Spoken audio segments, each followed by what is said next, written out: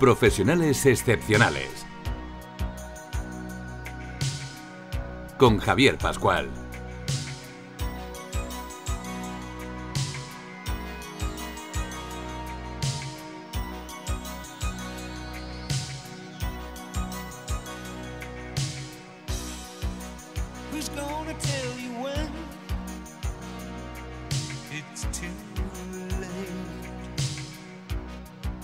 Con el patrocinio de la Fundación para el Fomento de la Innovación Industrial.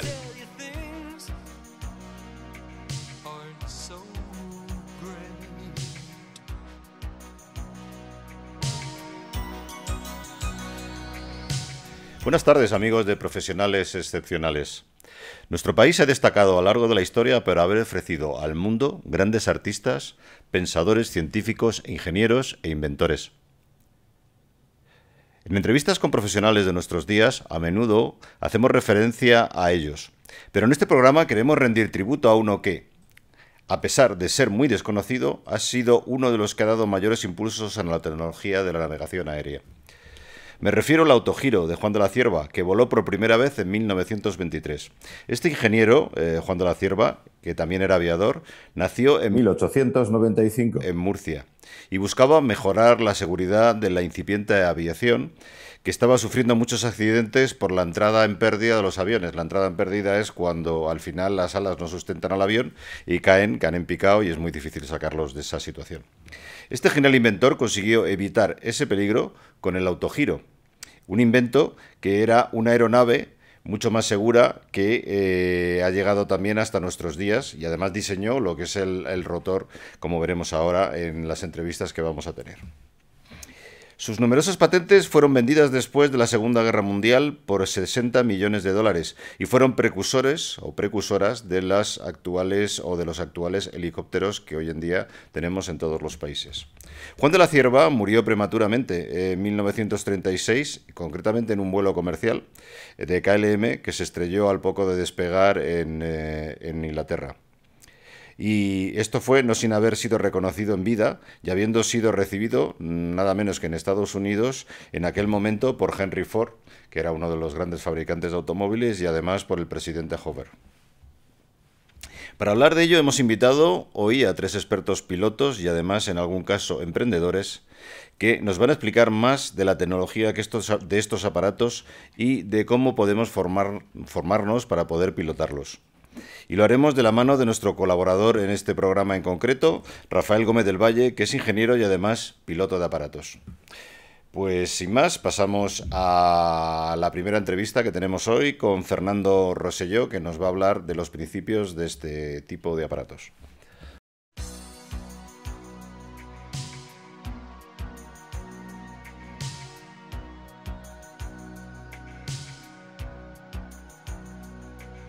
Bueno, pues sin más dilación vamos a pasar con la primera entrevista de este tema tan interesante de los autogiros, y le dejo a mi colaborador hoy, Rafael Gómez del Valle, que haga la introducción de nuestro primer entrevistado. Rafa, adelante. Muchas gracias, Javier, y muchas gracias, Fernán Rosselló, por estar hoy con nosotros. Fernán Rosselló es coronel del Ejército del Aire, es piloto militar de helicópteros y ha servido muchos años en el SAR del Ejército del Aire, en el Servicio de Búsqueda y Salvamento, tanto como piloto como después como responsable de operaciones. En el año 2008, 2009 y 2010 fue el jefe de la unidad de helicópteros en Afganistán, la ELISAF, y hizo hasta 60 evacuaciones en ambiente hostil. Y esto significa que es un gran conocedor del mundo de los helicópteros, pero no lo es menos del mundo de los autogiros. Ferran es piloto de autogiro, aparte de ser piloto de ultraligero también tipo avioneta, pero es piloto de autogiro, es instructor de autogiro, es examinador de la habilitación para ser piloto de autogiro y tiene su propia escuela de vuelo, Rotor Dreams, en Camarenilla. Ha escrito 2 libros sobre autogiros y ostenta además 2 récords mundiales, uno de distancia de vuelo sin escalas en autogiro, 1.307 kilómetros, donde alcanzó además otro récord mundial de velocidad en autogiro. Lo hizo entre la base naval de Rota y el aeródromo del Berrial, en Gran Canaria. Bueno, pues con estas impresionantes credenciales yo creo, Ferran, que eres la persona más adecuada para explicarles y explicarnos a todos qué es un autogiro y por qué es tan importante en el mundo de la aeronáutica. Muchas gracias, Ferran, y bienvenido. Muchas gracias, Rafa, por esta presentación. Y bueno, realmente un autogiro es una aeronave de ala rotatoria que fue inventada por Juan de la Cierva. Empezó a inventarla en el año 1920 y consiguió el primer vuelo de verdad en el año 1923, que representa pues una revolución en el mundo de la aeronáutica, porque hasta ese momento, aunque se había intentado volar con ornitópteros, era muy complejo, no se había conseguido. Se había intentado volar también con helicópteros, era muy difícil y muy complejo y no se había conseguido. Y la única forma que se conocía de volar realmente era el avión de ala fija, que se atribuye básicamente a los hermanos Wright, que es cierto que fueron los primeros que consiguieron volar con un avión más pesado que el aire motorizado, aunque hay alguna cierta discusión porque necesitaba ayuda de una catapulta para despegar, ¿no? Bien, dicho esto, Juan de la Cierva hace un planteamiento totalmente original. Algunos autores dicen que Juan de la Cierva, más que un inventor, fue un creador, porque creó una forma de volar totalmente diferente a lo que existía hasta ese momento, ¿no? Que es el ala rotatoria. Y él lo que buscó es una solución al problema que tienen los aviones de ala fija, de que cuando vuelan muy lento, o sea, con un ángulo de ataque muy grande, pues se acercan a la pérdida y entran en pérdida y se caen. Entonces, esto es el principal factor que ha generado accidentes en aviación de todos los tiempos, ¿no? Aún sigue siendo la primera causa de accidentes hoy en día en aviación de ala fija, ¿no?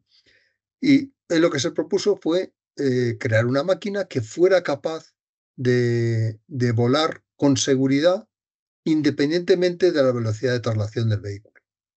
Entonces él, cuando era pequeño, pues ya había ensayado o había jugado con un aparatejo volador o un juguete volador que se llamaba trompo chino y que en mi época se conocía de crío, se conocía como el volador, ¿no? Que era simplemente una hélice enganchada a un palo, con las manos hacías así y aquello volaba para arriba, ¿no? Eso sigue existiendo todavía, yo lo he visto. Sigue existiendo todavía, son juguetes y los helicópteros de inercia, esos que tiras de un tirador y salen para arriba, sigue siendo lo mismo, al fin y al cabo, ¿no?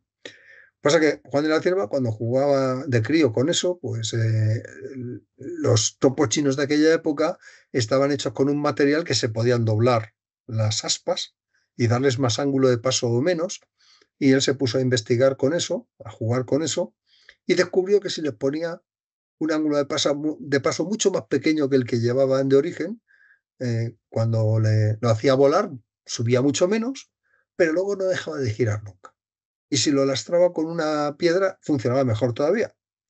O sea, descubrió un principio que es el de la autorrotación. O sea, cuando ponemos un rotor que está ya girando en el aire con un ángulo de paso suficientemente pequeño, el propio aire hace que gire y además genera la sustentación para volar, ¿no? Y este concepto fue el que aplicó al autogiro, ¿vale? Inventó el autogiro, que es aplicar ese concepto a un avión de verdad, a una aeronave de verdad, que sea capaz de volar. Y en eso se puso en el año 1920, después de que construyera en el año 1919 el mayor avión del mundo en aquella época, que era un bombardero para un concurso de la aviación militar, que tuvo la mala pata o la mala fortuna de que entró en pérdida en un viraje, en el segundo vuelo que hizo se estrelló. Entonces se planteó, dice, esto no es forma de volar, de buscar una forma de volar en que la seguridad de vuelo no dependa tanto del piloto, sino que sea una máquina más humana, ¿no? Y se puso a trabajar en este concepto del autogiro, ¿no? Si pensó que si al volador le pone un motor y lo hace andar, que eso iba a ser capaz de volar, de subir y de bajar. Este concepto ya lo expresó de crío a un amigo suyo que se llamaba Barbadillo, que luego lo escribió en un libro unos cuantos años después, diciendo que le había dicho que con la resistencia que tenía estos giros, si le pusiera un motor podría volar, ¿vale? Y eso fue el origen del concepto del autogiro. Ese es lo que arrancó todo, ¿no? Obviamente, de ahí a un autogiro que vuele había mucho que hacer. Lo primero que hizo fue construir un autogiro que el primer problema que se encontró es un problema que se han encontrado después todos los helicópteros, que se llama disimetría de sustentación. ¿Vale? Nosotros solamente sabemos volar de una forma. Cogemos un ala, una superficie alar, y la enfrentamos a un aire, a un viento relativo, ¿vale? A una velocidad, con un ángulo de ataque. Cuanto más ángulo de ataque, más sustentación. Cuanto más velocidad, más sustentación también, ¿no? Tengo el límite de que el ángulo de ataque a partir de un cierto punto pues entra en pérdida, ¿no? Bien, pues él pues, hizo lo mismo, ¿no? Con este principio. Lo que se propuso hacer es Ese una es el máquina. principio de Bernoulli, ¿verdad? Sí, bueno, En función de la velocidad del aire debajo y arriba del ala, se sí, crea una presión sí. diferente, ¿no? Afirma, solamente sabemos volar de esta manera, ¿no? Entonces, Bernoulli realmente es una de las teorías del vuelo. Las teorías de vuelo lento, que es la que se aplica a los aviones normales, a los aviones deportivos. Hay tres teorías hoy en día que siempre comentamos en las escuelas las tres, ¿no? Uno es Bernoulli. Bernoulli tiene la gran ventaja de que explica muchas cosas, pero no todas, ¿vale? Y Bernoulli se cumple cuando tú pones un ala en un túnel aerodinámico en que los bordes marginales del ala coinciden con la pared del túnel. Entonces es como si fuera una ala infinita y Bernoulli se cumple entonces. Pero si pones una ala tridimensional ya no. Si pones una ala tridimensional hay mucha más resistencia de la que le correspondería simplemente al principio de Bernoulli, ¿no? Y la teoría que explica esto une Bernoulli con el principio de acción y reacción, la tercera ley de Newton, y se llama teoría de la circulación, que fue desarrollada por un alemán y un ruso simultáneamente, pero no a la vez. O sea, no trabajando ellos en equipo, sino cada uno por su cuenta y riesgo, ¿no? El alemán se llamaba Kuta y el ruso se llamaba Yukovsky, ¿no?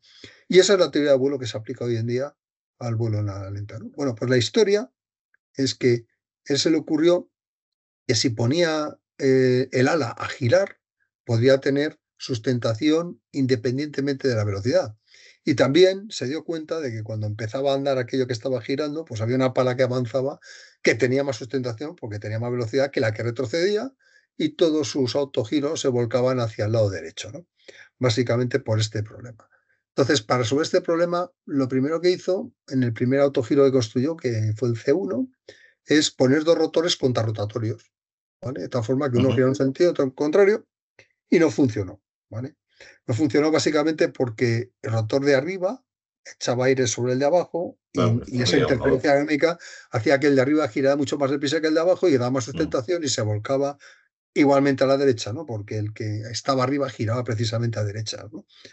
Y tal. Entonces hizo varios inventos, varias pruebas y finalmente llegó a la solución de la articulación de batimiento. La articulación de batimiento es una bisagra que se pone en la raíz de la pala y le permite pues, a la pala subir y bajar libremente, ¿vale?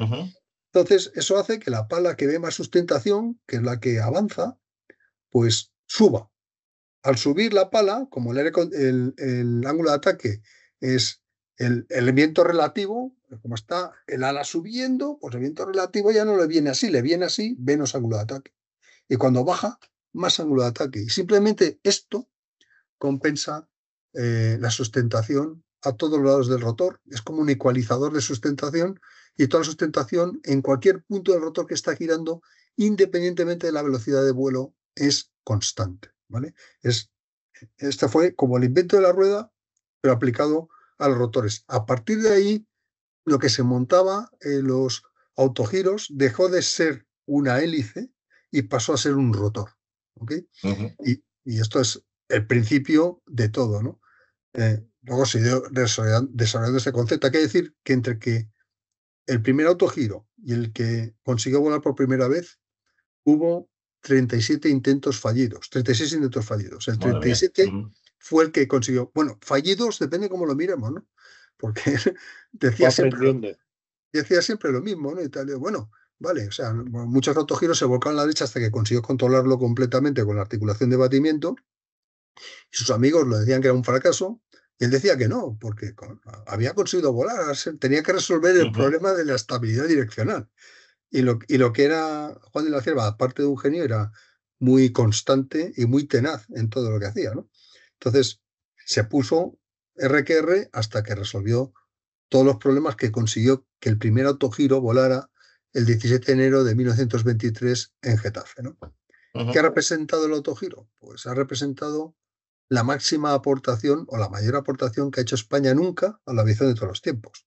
Y ha creado una nueva forma de volar, porque los helicópteros sí tienen que ver mucho con los Sí, autogiros. eso te quería preguntar yo. ¿Qué impacto ¿Vale? ha tenido el autogiro en el mundo de los helicópteros? Y como creo que hubo una sentencia, la sentencia famosa, Lane, sobre las Sí, patentes, ¿no? De Pitcairn, ¿no? afirma, así es. O sea, ha influido tanto que hasta que no se le puso el rotor del autogiro a los helicópteros no funcionaron.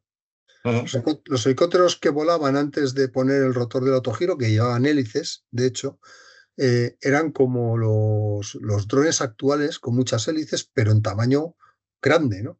Y aquello tenía muchos problemas de estabilidad, de resistencia y de todo. Y esos helicópteros eran capaces de volar a 10, 15 kilómetros por hora y no más, ¿vale? Con muchos problemas de todo. Entonces, el primero que puso un rotor en el helicóptero, pues no sé si fue Pescara o Dorán, y el primer helicóptero de verdad funcional y bueno fue el Fokke de alemán, ¿vale? Que hizo unas demostraciones en el año 37 o por ahí, realmente increíbles, ¿no? Y que era capaz de volar luego a 120 kilómetros por hora, o sea, una máquina ya útil, ¿no? Esto fue el desarrollo en Europa, el desarrollo en Estados Unidos. En aquella época estaban ya antes, ¿eh? Cuando hizo el primer autogiro, ya había más de 400 empresas solo en Estados Unidos intentando hacer el helicóptero y no lo conseguía. Y cuando empezaron a usar las patentes de los autogiros para hacer helicópteros, en el año 39, a raíz de la Segunda Guerra Mundial, que iba a estallar Ujú. brevemente, ¿no? Y tal, pues el gobierno americano liberalizó todas las patentes para el esfuerzo de guerra. Y gracias a esas patentes, pues un montón de empresas de helicópteros empezaron a hacer helicópteros prácticos, ¿no? Y bueno, hay que decir que Sikorsky, por ejemplo, que es el precursor del helicóptero, tal como conocemos hoy en día, con un Ujú. rotor principal grande y un rotor de cola pequeño para hacer el control antipar, pues compró todas las licencias a Harold Pitcairn, que era, digamos, el dueño de las patentes del autogiro en toda América, ¿vale? O sea, O sea, les había vendido, ¿no? Las había sí, vendido sí, cuando... había tenido un acuerdo con Harold Pitcairn y Juan de la Cierva, eran muy amigos, Ujú. ¿vale? Al final, ¿no? Luego al final tuvo la desgracia que se mató Juan de la Cierva en un accidente de aviación y pocos años después se mató en un accidente con un arma de fuego Harold Pitcairn, ¿no? Pero Harold Pitcairn estaba decidido desde muy joven a crear una aeronave rotatoria. Estaba desde muy joven, ¿no?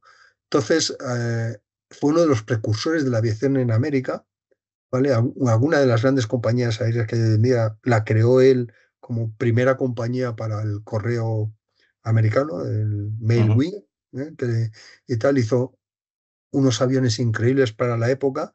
Fue el primero que se preocupó de la seguridad del piloto y de los ocupantes, haciendo una célula de acero resistente en caso de accidente. Hizo aviones mucho más seguros y estaba muy preocupado por la seguridad. Y por esa seguridad quería el ala rotatoria también, ¿no? Pero, y nunca dejó de hacer inventos con la ala rotatoria, hizo un montón de inventos que no funcionaban y de repente, en el año 23, se entera por la prensa que un español ha conseguido volar con una ala rotatoria, con el autogiro, ¿no? Y no sabía si era un helicóptero o qué era, ¿vale? Y se fue a visitar a Juan de la Cierva a Inglaterra y se encontró que Juan de la Cierva se había ido a España, a Madrid. Estaba en aquel momento en Madrid y se fue a Madrid a hablar con Juan de la Cierva y Juan de la Cierva pues lo trató poco menos que como a uno más que en los que se interesaban ahí por Ujú. y tal, pero sin tomárselo demasiado en serio, ¿no? Pero Harold Pitcairn se lo tomó muy en serio, ¿no? Tan en serio que andando los años, pues acabó comprando los derechos de las patentes para Estados Unidos y se llevó un autogiro para allá, el C6, que comparó sus prestaciones con lo diré, con el PA5, que es un avión que había hecho él muy capaz en aquella época, ¿no? Y bueno, se dio cuenta que le faltaban muchas cosas y empezó a colaborar con Juan de la Cierva, ¿no? Él tenía sus propios ingenieros trabajando en su fábrica, ¿vale? Inventando cosas. Juan de la Cierva seguía inventando muchas más cosas en Europa. Juan de la Cierva era un genio, iba mucho más deprisa. Pero le llegó a comprar Claro. las patentes, ¿no? Sí, Sikorsky sí. Los que no compraron las patentes fueron los demás, Ya. ¿vale? Un montón de marcas, ¿no? Y De por eso, helicópteros. La más conocida actualmente es Bell, ¿vale? Y sí. tal, y tal. Entonces, como consecuencia de esto, ¿no? Pues Harold Pickering, cuando se acabó la Segunda Guerra Mundial, le presentó una demanda.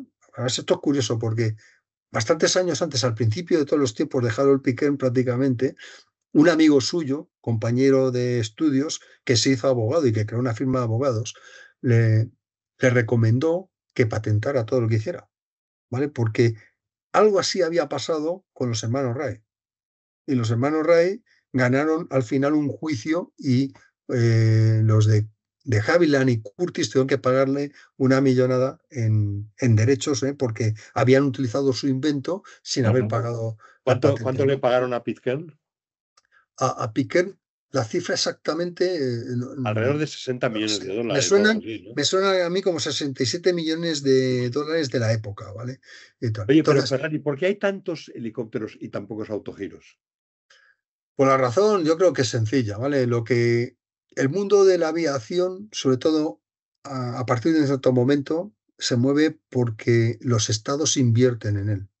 Y si los estados no invierten, nadie tiene la capacidad económica para tirar para adelante de esto, ¿no? España no escapó a esto, ¿no? España, pues, hizo concursos para la aviación militar en el que ganaba premios y daba dinero para desarrollar prototipos.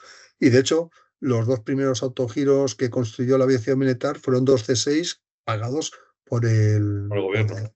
Por el gobierno, ¿no? Por el Ministerio de la Guerra en aquel momento, ¿no? Entonces, ¿qué pasa?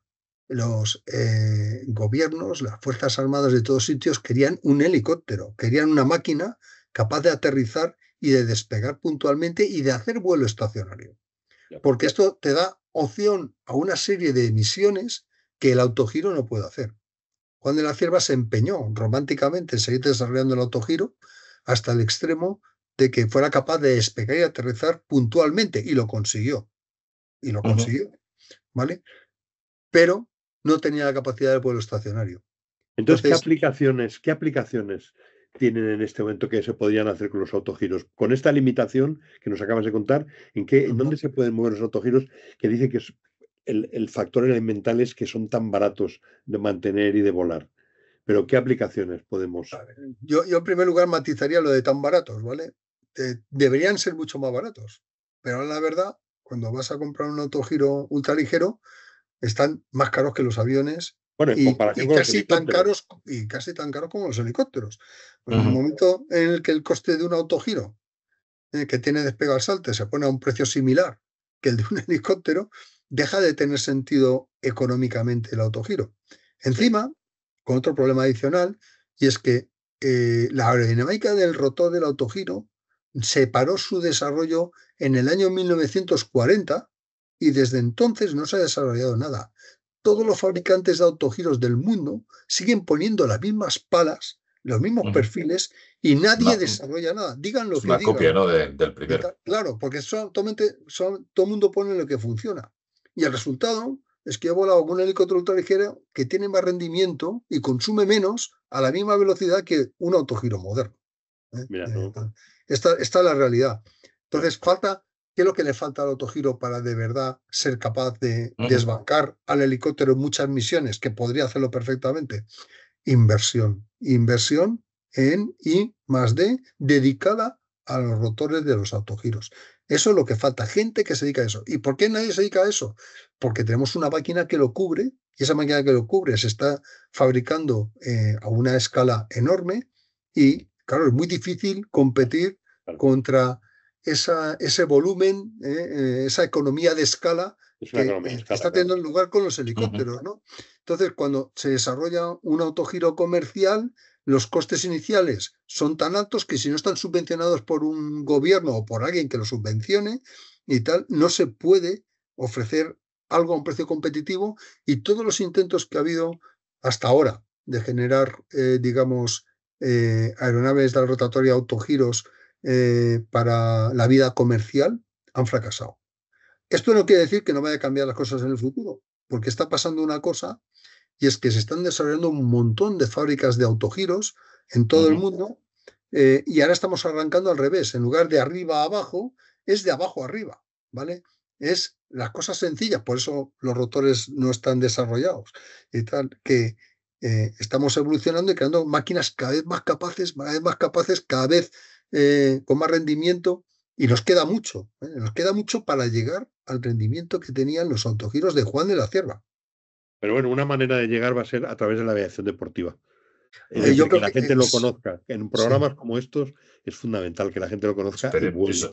Esperemos que esto ayude también, sí. Fernán, a que esto se conozca y que realmente, como tú dices, que haya inversión, aunque sea de pequeña escala, y que poco a poco vaya creciendo el interés por este tipo de aparatos y la utilización, ¿no?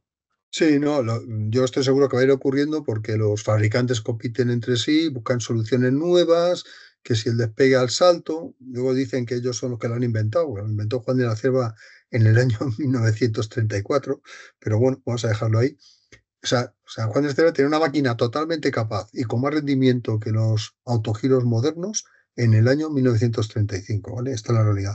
Y Harold Pitcairn las hizo después mejores todavía que la de Juan de la Cierva en los años siguientes.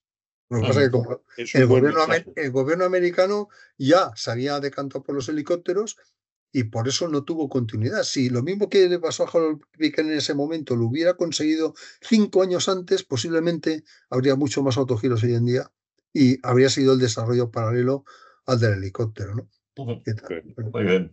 Pues no sé, Rafa, ¿tienes alguna pregunta más? O... No, por favor. Muchísimas gracias, Ferran. Toda una lección, como siempre. Muchísimas gracias a vosotros por darme la oportunidad de explicar estas cosas, porque no es fácil llegar a la gente que le puede interesar este tema, ¿no? Y un placer. Sí. Muchas gracias a ti, es un placer, y además se ve que tu conocimiento sobre el tema, seguro que podías estar hablando horas sobre ello. Sí, sí. Doy fe, es instructor mío, doy fe. Muchas gracias, Ferran.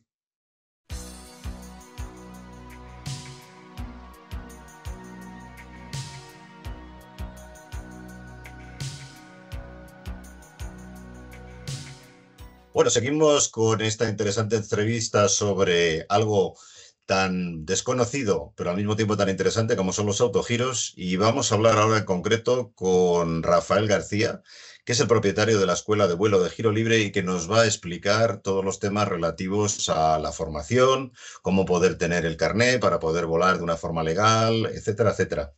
Rafa, si quieres, Rafa Gómez del Valle, si quieres te dejo que hagas una pequeña introducción de Rafael García a través de tu experiencia y el conocimiento que tú tienes como amigo de él. Muchas gracias, Javier. Te contaba antes de entrar que le pedí a Rafael García que se incorporara al programa porque Rafael García ha sido instructor mío en Giro Libre, en AINSA, en el Pirineo de Huesca, en un curso que acabo de hacer con él de vuelo de montaña y de maniobras avanzadas de autogiro, que es un curso que yo recomiendo una vez que ya eres piloto de autogiro y tienes ya unas cuantas horas de vuelo. Yo recomiendo mucho hacer este curso porque aprendes los límites y sobre todo lo haces en un entorno que es el Pirineo de Huesca, que vale mucho la pena. Solamente con entrar en la página web de Giro Libre, los vídeos que hay allí colgados te explican mucho mejor que yo qué es lo que vas a tener junto con Rafael volando y aprendiendo con él. Pero es que además Rafael tiene otra condición que es muy interesante. Él es piloto de ultraligeros de ala fija y es piloto de helicópteros. A nivel profesional. Eso significa que es un interlocutor muy bueno para darte formación en autogiros porque te enseña mucho todas las posibilidades que tiene un autogiro. Hay un problema con los autogiros actualmente, en mi opinión, que es que la gente los vuela como si fuera una avioneta, como si fuera un avión, y los autogiros hacen muchas más cosas. Se acercan mucho más a un helicóptero que a una avioneta. Pero bueno, dicho esto, yo quisiera, Rafael García, que nos empezaras pues un poco explicando. Te voy a hacer ahora, Javier, unas preguntas sobre lo que es la enseñanza, que yo creo que nos puedes aportar mucho. Sí, a ver, Rafael García, Gracias por estar hoy con nosotros. En principio, ¿cómo lo haces tú? ¿Cómo se enseña a volar en autogiro? Bueno, dar las gracias por estar aquí, saludar a todos y a todos los oyentes. Y nada, os contestaré. No sé qué me has dicho. Sí, te preguntaba que cómo se enseña a volar un autogiro. Pues se enseña con cuidado, con delicadeza. Los alumnos son de lo más dispar bueno, pues volar es el conocimiento de una máquina. Volar es relativamente fácil dentro de unos conocimientos y unas aplicaciones. Lo que tiene de volar, que es por los que es la formación tan exhaustiva y tan delicada, es que no suele dar segundas oportunidades. O sea, los errores Ya. se suelen pagar. Pero por eso, una buena formación y una buena escuela y un buen sitio donde aprender es primordial. ¿Y Ahora, cómo de pues, difícil es? ¿Cómo de difícil es, Rafael? Porque la gente que nos está oyendo a lo mejor piensa que esto es muy complicado, esto de un ala como son un helicóptero, pero no es un helicóptero. ¿Cómo es de difícil aprender a volar? volar un autogiro, yo he tenido la suerte de volar en muchos tipos de máquinas distintas y volar un autogiro es relativamente fácil. O sea, una vez en el aire es difícil tirarlo abajo. O sea, volando es una máquina, además de versátil, es una bestia en el vuelo. Luego tienes las maniobras de aterrizaje y despegue, como todas las máquinas, que es cuando te acercas al suelo, que es la superficie dura con lo que das, ahí sí que tienes que ser un poco más fino y fomentar la instrucción y fomentar la seguridad. Esto junto y acompañado con unos conocimientos teóricos, siempre enfocados a tu destreza en el aire y a tu seguridad. Pero volar y enseñar a volar es relativamente fácil. Hay que pensar que legalmente solo te exigen 15 horas de vuelo. Las clases de vuelo en nuestra escuela las damos entre 20 y 30 minutos, lo vamos alargando según el perfil de cada piloto o futuro piloto. Es bastante fácil, la gente lo coge muy bien. Hay gente que con las 15 horas le es más que suficiente y los hay que tardan 20, 25 para ir a un examen. También hay que decir que ningún instructor con dos dedos de frente, y hoy por hoy los instructores tienen una formación bastante buena en comparación con los de antaño. Nunca mandamos a un alumno a un examen si no tenemos O sea, la convicción de que va a poder os, volar solo y de que va a aprobar. O sea, no queremos os hacer aprueban casi el todos, Rafa, ridículo. entonces, ¿no? Os aprueban casi todos. A nosotros tenemos la suerte del 100%, tanto en teórico Ah, como muy en bien. práctico. ¿Qué es lo más difícil? ¿Aterrizar, despegar? Pues eso es la pregunta del millón. Los alumnos te van a decir que aterrizar, pero luego con el tiempo en el autogiro en concreto y en los aviones yo creo que también es una percepción, es más complicado el despegue que el aterrizaje. Cuando despegas necesitas todo, el 100% del motor, poner el rotor a un número de vueltas, una velocidad de rotación con el que despega. Y aterrizar no dependes casi del motor, simplemente de tus trayectorias, de tus perspectivas y vas a entrar con el suelo. O sea, yo lo veo mucho más fácil, aunque al principio parece mucho más difícil porque tú metes motor y da la sensación que el avión sale solo. Pero cuando tú vas solo y cuando eres consciente de lo que es la máquina y de lo que le exiges, es más complejo y más difícil el momento del despegue que el del aterrizaje, sin lugar a dudas. ¿Hay algún límite de edad para sacarse el título y para volar? No existe ningún... Hay un límite de edad menor. No puedes empezar el curso.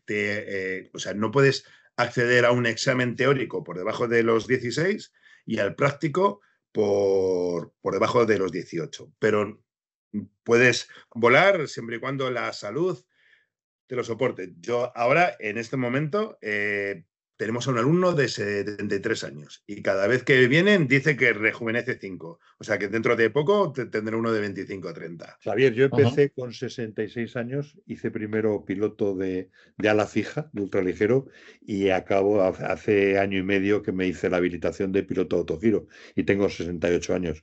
O sea que cualquiera que nos esté escuchando que se sienta demasiado mayor para volar es un concepto equivocado, ¿vale? Oye, y aparte del límite de edad, ¿qué otros límites puede encontrar la gente? ¿Por estatura, por peso, por...? Cuéntanos un Pues poco. la estatura simplemente tienes que caber dentro de la máquina.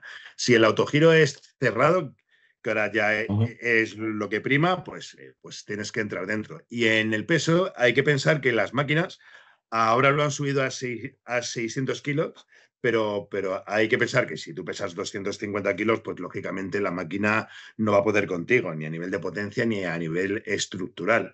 Tienes que tener, pues, pero bueno, por debajo de 120, 130 kilos tú puedes volar sin ningún problema, tanto como piloto como pasajero. O sea, no hay, es un límite muy laxo.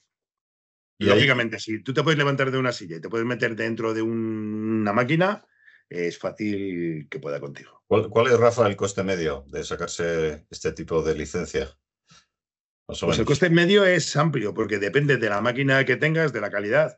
Es como en una autoescuela. O sea, no es lo mismo hacerlo con un SEAT de León que hacerlo con un Mercedes. Pues entonces los costes de operación aquí son bastante grandes, pero el rango suele estar entre 3.500, 5.000 euros, 4.800, 4.900.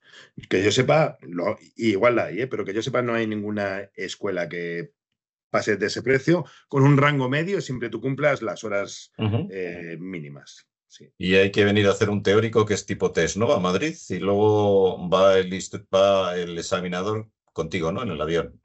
Exactamente, veo que estás bien informado. Hay dos exámenes, como en un carnet de conducir. Tienes uno teórico, como bien has dicho, es tipo test, y luego tienes uno práctico. El teórico tienes que ir a las sedes centrales de AESA en Madrid y lo haces, te dan un tanto por ciento, pero es apto, no apto. Y luego en el práctico vienen a tu campo de vuelo con la máquina que tú te has instruido y el examinador se montará contigo y hace una prueba que suele durar entre 30 a 40 minutos, depende cómo el examinador vea al alumno, pues hacen unas vuelas, unos vuelos, ciertos ejercicios y bueno, lo normal es que aprueben todos, por lo que ya he comentado antes. Nunca vas a presentar a un alumno que no tengas tú la seguridad de que puede volar solo. ¿Y cuándo se produce la suelta, el vuelo solo? Eso es antes de que te examinen, ¿no? Eso es antes. Tienes que hacer dos. Una suelta de un vuelo solo, que es el momento, es la cardiopatía de los instructores y el ensalzamiento de los alumnos.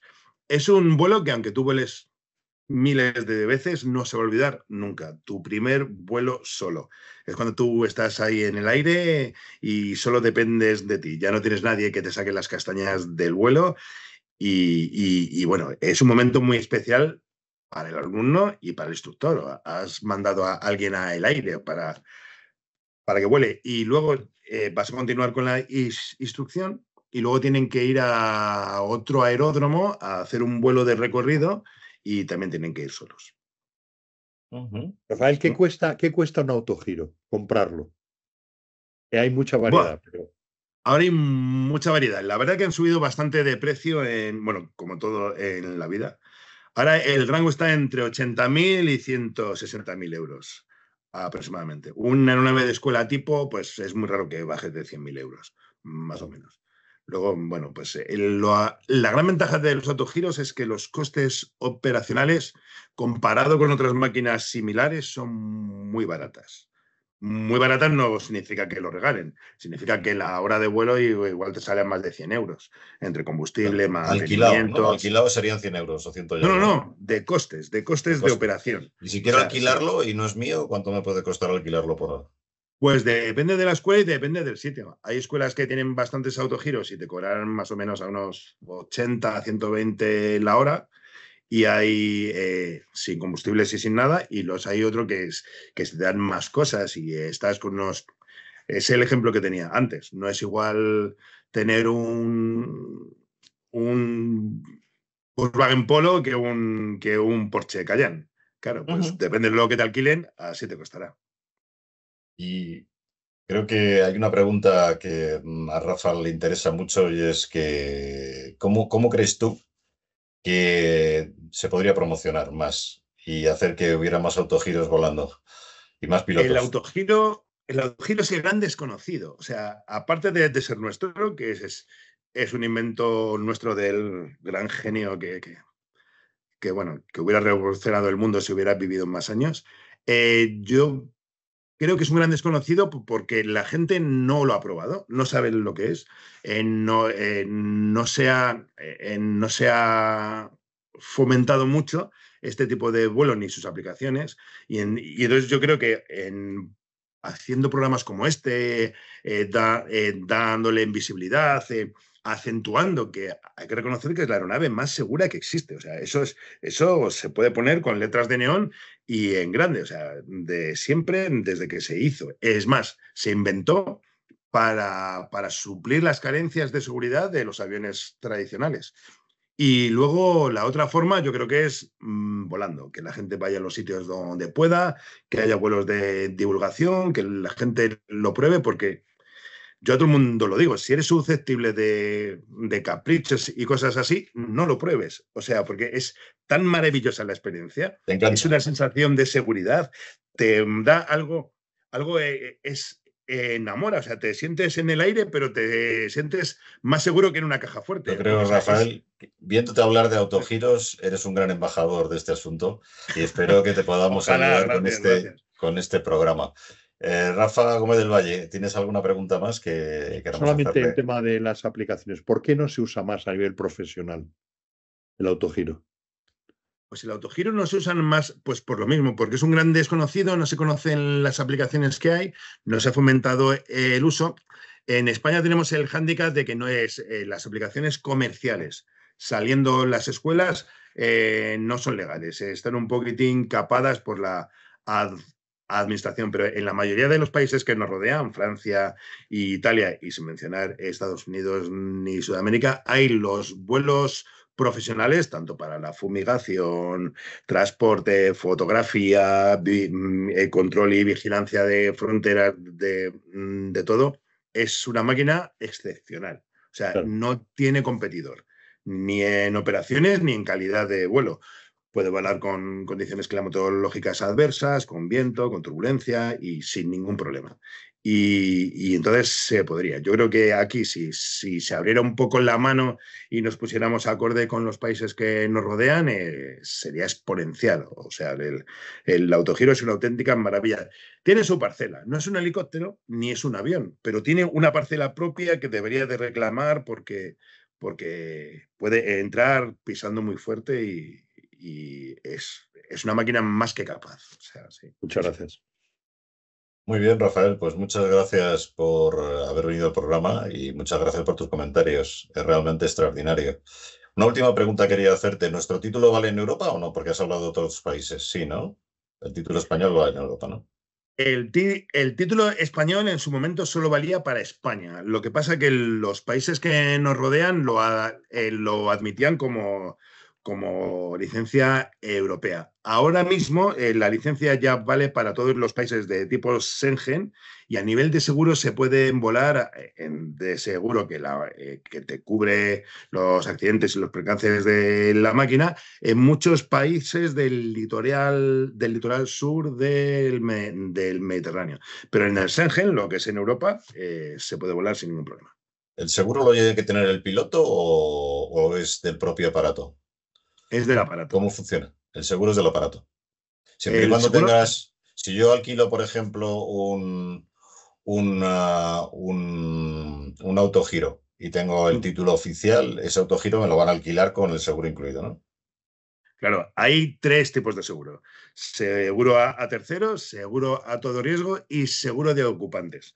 El a todo riesgo se denomina seguro de casco, que solo te cubre los daños de la máquina. Un mal aterrizaje, un pinchazo, un pinchazo no creo, un llantazo, cualquier cosa de estas, un pequeño golpe de una piedra que te salga, cosas así, o sea, no hay ningún problema. Luego tienes el de terceros, que es el que tiene prácticamente todo el mundo, porque la siniestrabilidad es bajísima. Y luego tienes el del piloto, que es un seguro de vida de daños. Que, por cierto, es complicado, porque asegurar a un piloto cuesta encontrar una empresa que lo haga. Y no hay ningún motivo, porque somos el colectivo con menos incidencia en accidentes del mundo. O sea, no. Muy bien. Menos que un oficinista, fíjate que es curioso. Muy bien, pues muchas gracias por habernos deleitado con tu conocimiento y el entusiasmo que demuestras sobre este tema de los Si me autogiros. paso de entusiasmo, ya lo siento, pero eso sí. Muchas gracias.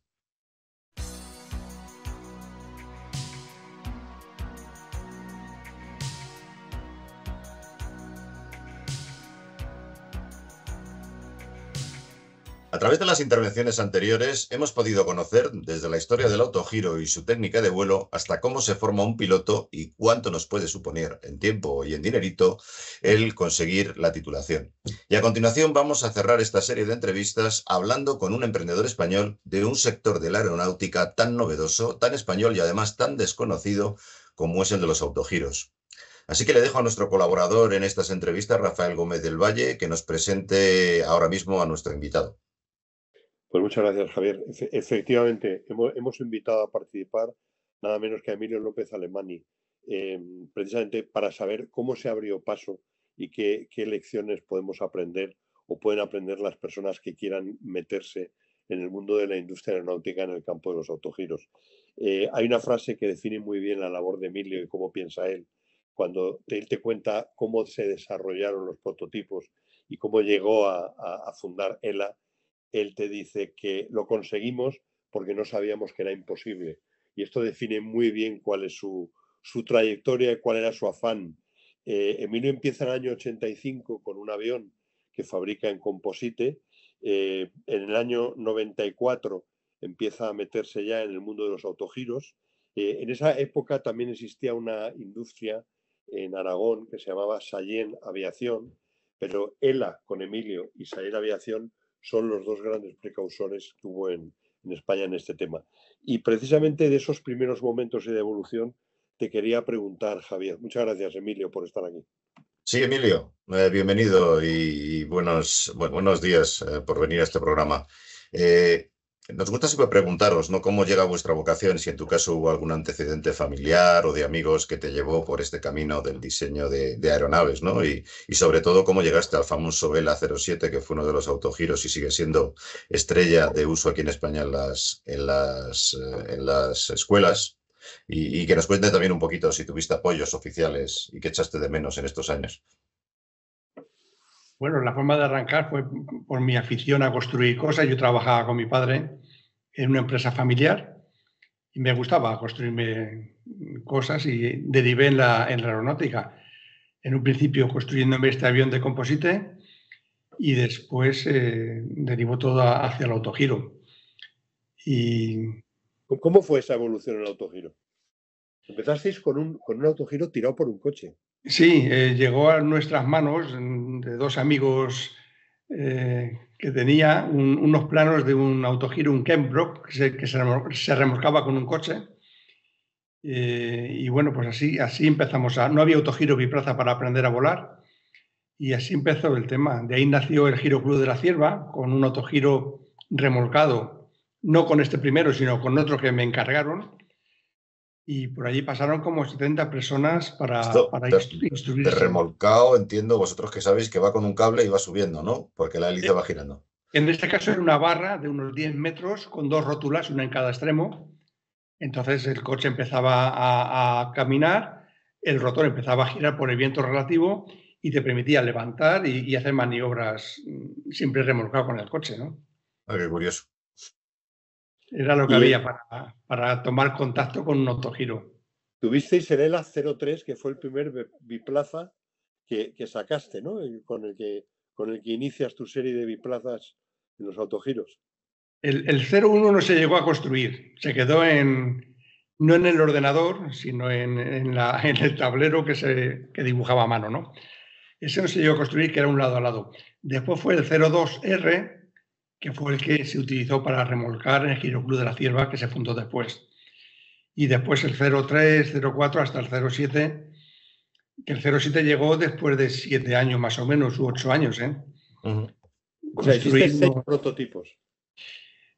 Construí 22 unidades de 6 modelos diferentes como construcción experimental. Caray. Hasta que llegué al 07, que es el que decidí que era certificable. Y eso ya era un poco Ya se podía industrializar eso, no era como amateur ya. ¿Te ¿Conseguiste ayudas costó la o financiación certificación? externa para hacerlo? ¿Financiación o ayudas externas? No, nada. No tenía tiempo para pensar ni siquiera en pedirlas. Me lié la manta a la cabeza y era sacar y pruebas y errores y fracasos y no. Yo arranqué, además arranqué con muy poquitos medios. Vendí un trozo de parcela que tenía y compré un torno, un taladro y una soldadura y con eso empecé a hacer los autogiros. ¿Cómo se certifica un aparato de estos ahora o en aquella época? Bueno, el 07, cuando lo terminé, ya me puse en contacto con un ingeniero aeronáutico, que yo no lo soy. Le pasé todos los planos y todo, lo calculó, comprobó que estaba todo ok y presentó la documentación a Aviación Civil en aquel momento para certificarlo. Ok. Pero fue muy costoso, porque claro, era completamente novedoso junto con los autogiros de Sallent. Para la administración española debía ser completamente novedoso el tema, ¿no? Fue complicado el que las autoridades entendiesen cómo volaba un autogiro como para poder certificar el mío. Eso era lo complicado. De hecho, había ensayos de carga que se aplican a los aviones y no son aplicables al autogiro como a la rotatoria, y hubo que convencer a las autoridades de que no se podían hacer los mismos ensayos para un autogiro que para un avión de ala fija, ¿no? Ahí fueron momentos tensos, ¿no? Con el tema de la homologación. Interesante. Y es lo que te preguntaba, Javier, que ahí no tuviste ayudas, a pesar de ser la patria de Juan de la Cierva, a mí me da muchísima pena escucharte decir esas cosas. Bueno, no había ayuda, no las pedí, realmente no las pedí. Pensé que el camino era ese y era evidentemente no me dediqué solo a hacer autogiros. Compaginaba a hacer autogiros con mecanizados para otras partes. Actividades. Había que seguir comiendo de algo, ¿no? Y los autogiros no daban, ni mucho menos, evidentemente. Oye, una pregunta, Emilio. ¿Nunca llegaste a montar una escuela de vuelo tú? Porque eres piloto. No, he dado instrucción a los pilotos a los que le vendía autogiros, instrucción como piloto de seguridad que al final le estabas enseñando, ¿no? Pero no me hice instructor nunca. Vale. Yo tenía una pregunta. Una vez dejas el mundo de los autogiros, te mantienes, me parece, colaborando con otros autogiros y ahora mismo estás con novedades, ¿no? ¿Cómo fue tu evolución cuando te desprendes del mundo, cuando dejas el mundo de los autogiros en primera línea y haces colaboración con otros autogiros?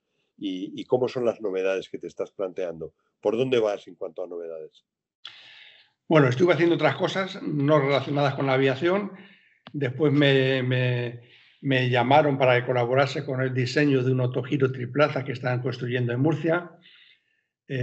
Colaboré, después hice diseños puntuales, sobre todo en el tema del prelanzador, un sistema neumático que diseñé. Para otra empresa que iba a hacer también autogiros, estuve también haciendo diseños puntuales.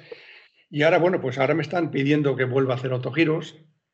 Lo tenía ya un poco olvidado, pero me están animando y bueno, vamos a intentar hacerlo otra vez, sí. Vamos a... ¿Y hacia dónde os dirigís con esos nuevos diseños?